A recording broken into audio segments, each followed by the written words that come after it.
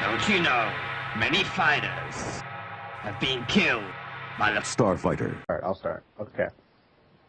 Basically what we're talking about is, sometimes when people view anime series, typically they kind of are more familiar with the newer series and they look back on the older ones later, and they typically view people that like the older series and they look at those series and they say to themselves, well, okay, this series obviously was great for you. You obviously have a lot of nostalgic attachment to it, so that's why you like it, not necessarily looking at it for its own quality and taking time to actually view the series and break it down and just kind of enjoy it and see how it stands out and does it stand the test of time. They just kind of assume that because it's old and because older people that watched it before like it, they like it purely for nostalgia or mostly for nostalgia. Now, obviously, there's going to be quality for different series depending on the writers and artists and whatever. And nostalgia does play a factor, especially if you grew up with a series and you watched it and you really like it. Yeah, it's going to change your view a little bit, but it doesn't change the fact that it might have quality. I guess the real question is, how can you decipher that? And I guess that's basically what we're talking about. For me, I know that there are some series, obviously, like, Dragon Ball or Digimon, whatever, from my childhood that were big on me, but I can still, I think, relatively break them down, and I think they have some quality in some areas, they might lack in others, but I wouldn't assume that just because a series is older and it's established that it doesn't have any worth on its own. I think that you have to just kind of take every series one at a time. That's how I feel about it. No, I agree. You're definitely right when it comes to that. Just because the series is old doesn't mean that it shouldn't be considered, one of the greats, just because it's a little dated or whatnot. But I feel like people, they use the whole influence argument when talking about older series, and kind of use it really as a cop out when you say, okay, well, this series has this, and the older series that we're talking about doesn't have this or that, but the newer series added onto it. And when comparing the two, obviously this is better. You're like, oh, well, it influenced them to do it. So it's just like one of those arguments where it's kind of like a straw man. You can't win, you can't lose. But I feel with the older series, you kind of got to take into account the fact that it was made at a different time. Mm-hmm. You gotta understand that take it for what it is at that particular time. So you can't be as harsh on it, but at the same time, when judging it compared to a new series, you still have to take everything into account and be as honest as you can with it and say, okay, this was older, but it's lacking in this area, it's lacking in this area. So I feel like nostalgia really does fill people's heads when it comes to older series sometimes. And although I understand it, sometimes it does get a bit frustrating when your mind is full of nostalgia and you can't really look at a series older one that's in a constructive manner. So that's just how I feel about it. Can I go? Mm-hmm. Okay, well, yeah, I agree with you guys' opinions.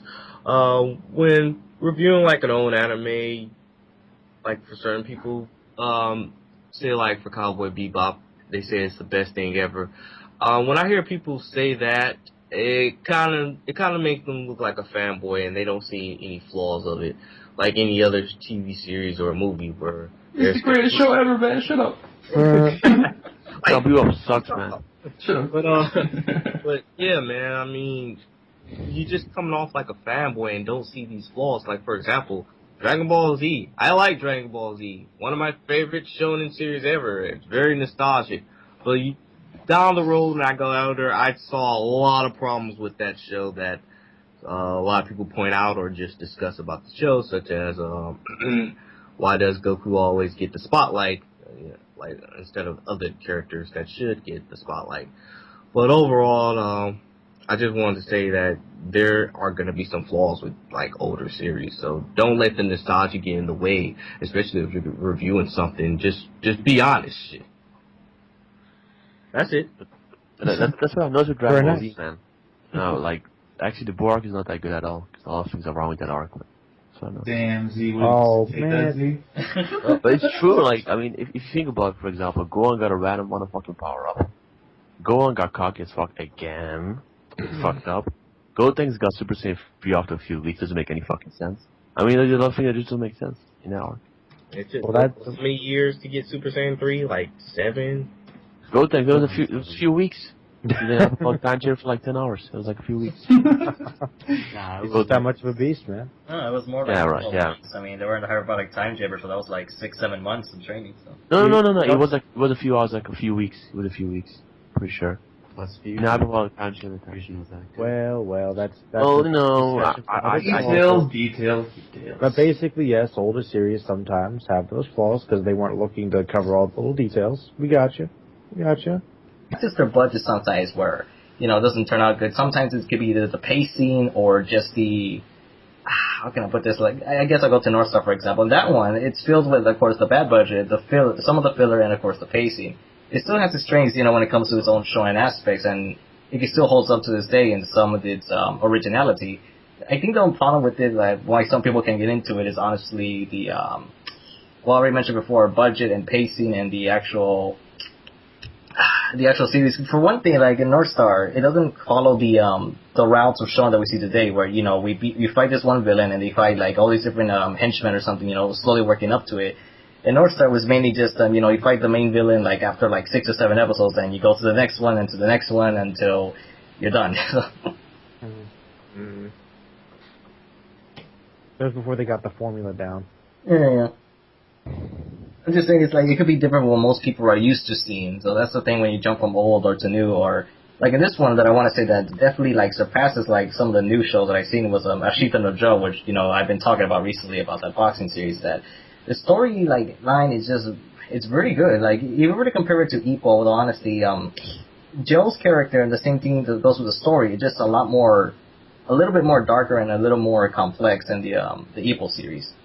What I know for Ippo, we mainly have, it's more lighthearted in tone, I guess you could say, and that's the main difference between the two. Is that in Joe, it's a little more gritty, it's a little more bloody, it's a little more about, the consequences of boxing, because you get people that are suffering from punch-drunk syndrome, and while in Ippo's case, the only character I can think of that went to, like, a similar, situation was Date, and the same thing goes with, for some of our main characters that we kind of wish they won their fights, but I'm not gonna say who, so. Yeah, you're right about Ippo. But you don't really talk about the consequences of boxing like too much of injuries, except for Date. Yeah, it's very shonen-y in the way Ippo's handled. In all honesty, I mean, you're right about the darkness of older shonens, like when North Star and probably Ishida no Joe and a lot of other ones, they just had a lot more dark themes and were just a little bit more fucked up in a lot of ways. Which is probably one thing that the older series did better. And the new series just has so many censorship restrictions that have. It doesn't take as many chances, I think. Oh, definitely no.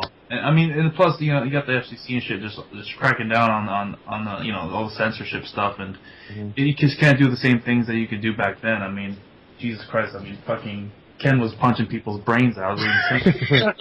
Hey man, that's fucking awesome, man. I know, that's awesome. That's what I'm saying. That's one thing that the older series has an advantage over. There wasn't as much of a censorship kind of deal going on there, so less restrictions. Yeah, less restrictions. Well, Z, we haven't heard much from you, man. What are your thoughts on this? Well, pretty much everybody, I pretty much agree with what everybody said. It's just that, I guess with what Zoro was saying, like how a newer series can improve upon older series. I kind of, there are sometimes I agree with that and disagree with that. But I think, just for like modern shonen, just modern storytelling, if I were to take something, say, like Ki from DBZ or Demon and Spirit Energy from Yu Yu Hakusho and compare it to, say, something like Devil Fruits, Haki, Nen, or, something like that, you would see that, Devil Fruits, Haki, or Nen or whatever, they're more like unique, more specific, they're more detailed. So I definitely think that you can go like more in depth with, something like a battle system in your storytelling. But in terms of nostalgia and quality, I think that I'll use DBZ, I guess, as as an example. And I guess Merlin, you can agree with me on this. DBZ, the original Double Tsunami, is an extremely watered down version compared to Kai. Yeah. Subversions, correct? Yeah, it is. Even with the longer episodes. Take that, bad boys. I will say this: it's an inferior series. Probably is. So it when people tell me like I'm basing quality just off the original dub that aired on Toonami, I always ask them, have you read the manga or have you watched Kai? And they're always like, no, we don't know how this moment was written in the manga, or we don't know like this was what was actually said during this moment. So that's why like when people not just DBZ, the same thing can be said for Yu Yu Hakusho. I made a video on like Sensui's plan and how I felt like it was like plot holes, this and that, because of the anime and not really the manga. So You know, it's interesting you bring that up. A lot of times people that really feel more nostalgically driven aren't really that well informed about the series as a whole. Like, they probably haven't watched it in Japanese or, you know, read the manga. They just know, like, one specific dub at one specific time. And I think that's most, prevalent with DBZ, just because most people just watched the Toonami dub and didn't really mess with Kai or the manga or the subs. You know, Dragon Ball is like the one show I've seen in 3 different languages, man. Yeah. Yeah, I grew up with it in Spanish, then like later on I saw it in English, then in Japanese when Kai came out, so... I've seen it in a few different dubs of English dubs. That's Green, pretty bad dubs. Big Green. Yeah, like there was like one movie where they called Piccolo Green Bean. Green Bean. Green. Let the child... I don't know. That's pretty racist. I think that's pretty racist. One thing I will say about the original dub of DBZ though is that the Boost Saga, at least the dub it's pretty good. Oh yeah, for that and the Saiyan Saga, like anything pretty much from Namek onwards is a little shaky. So. Yeah. I feel great. I know. Basically, what we've decided, I guess the Phantom Group has come to the consensus that we have to take these series and try to view them as unbiased as we can, and every series of every era, depending on who's writing it, is going to have different issues. But, of course, everybody's got some nostalgic attachment, but you can't let that overview your logical reviewing of a series, as much as you can. Gotta keep it separated. That's right. Just like... You gotta try every day that battle. It's not easy. That's very profound, George. Very profound. Thank you. Deep, man. Balls deep. Pretty deep. I'm surprised. Yeah, I mean, I can go deep, man. Oh, shit. Well, that's what she said. Wait, she said she could go deep. Well, no, that's what she wants, my bad. Okay. That's what Toriko and Kumato say against each other. Oh. Oh, dude. All right, George. Komatsu. Would you give us our little outros for the call, sir? Outro, if you can manage. Yo, man's gonna take 20 takes, but okay, I'll do it. It's 20 takes. We'll edit it out later. Don't Fine. fuck up, man. Don't fuck up. It's all more work for dead. So. Okay, well, I hope you enjoyed this call. Don't forget to subscribe, to like, to comment, and to subscribe to all the members. And I think that's pretty much it. Does anyone of the members want to say something to end? I love you. Oh. What?